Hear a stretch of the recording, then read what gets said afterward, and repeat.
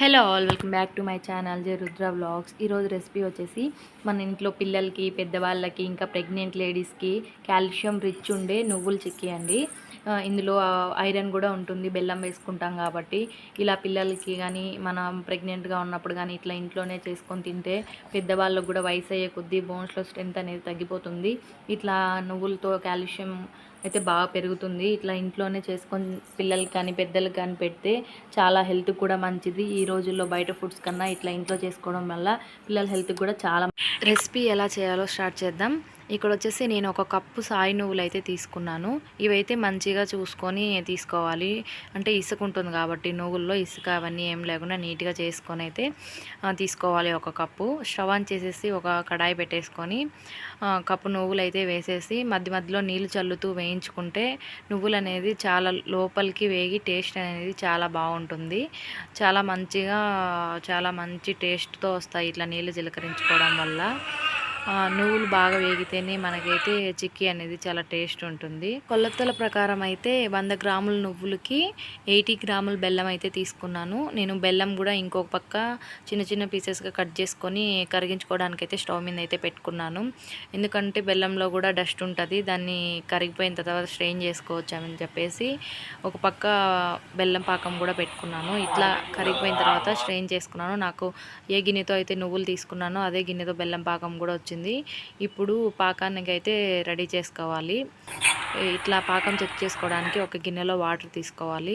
ఇట్లా మీడియం కన్నా లో ఫ్లేమ్లో పెట్టుకొని బాగా కలుపుకుంటూ ఉండాలి పాకం పడేంత వరకు. పాకం ఇట్లా మధ్య మధ్యలో వాటర్లోకి వేసుకొని చెక్ చేసుకుంటూ ఉండాలి. అయితే నువ్వులు మనకు చక్కగా వేగిపోయాయి, మంచిగా స్మెల్ వస్తుంది. నువ్వులు వేగిన తర్వాత మంచి గోల్డెన్ కలర్లో వస్తాయి. తర్వాత ఇక్కడ నేను కొంచెం బటర్ కూడా యాడ్ చేసుకుంటున్నాను ఫ్లేవర్ కోసము, ఇంకా ఇలాచి.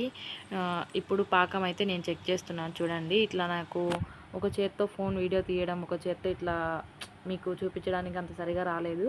ఇట్లా పాకం అయితే గట్టిగా ఉండాలి. ఇట్లా గిన్నెకి కొడితే సౌండ్ వస్తుంది టక్ టక్ అనేసి. అప్పుడు మనకి ఇట్లా విరుగుతుంది అనమాట, అప్పడంలాగా. అట్లా విరిగినప్పుడు మనకు పర్ఫెక్ట్ పాకం వచ్చినట్లు. ఇప్పుడు వేయించుకున్న నువ్వులన్నీ మనం పాకంలోకి వేసేసి నీట్గా కలుపుకోవాలి. ముందుగా ఒక గిన్నెకి బటర్ అయితే రాసి పెట్టుకోవాలి రెడీగా. బటర్ రాసి పెట్టుకున్న ప్లేట్లోకైతే మనం ఇక్కడ రెడీ అయిపోయిన నువ్వులు చిక్కినే పాకాన్ని అయితే ఇందులో ప్లేట్లోకి అయితే తీసేసుకోవాలి. ప్లేట్లోకి తీసేసుకొని మంచిగా ఏదైనా ఒక కర్రకి ఆయిల్ రాసి ఇట్లా పలుచగా ఒత్తుకోండి. నేను ఒక చేత్తో చేస్తున్నాను కాబట్టి ఇట్లా మీకు చేత్తోనే అంత చూపిస్తున్నాను. చేత్తో అయితే అసలు ప్రెస్ చేయొద్దు, చేయి అయితే చాలా కాలిపోతుంది. నేను ఇక్కడ స్పూన్తో కూడా ట్రై చేశాను కానీ నేను ఏం బటర్ అప్లై చేయనందువల్ల స్పూన్కి అంటుకునేసింది. కాబట్టి నేను మళ్ళీ చేత్తోనే ప్రెస్ చేశాను. దయచేసి మీరెవరు చేతితో ప్రెస్ చేయొద్దు, చేయి అయితే బాగా కాలుతుంది.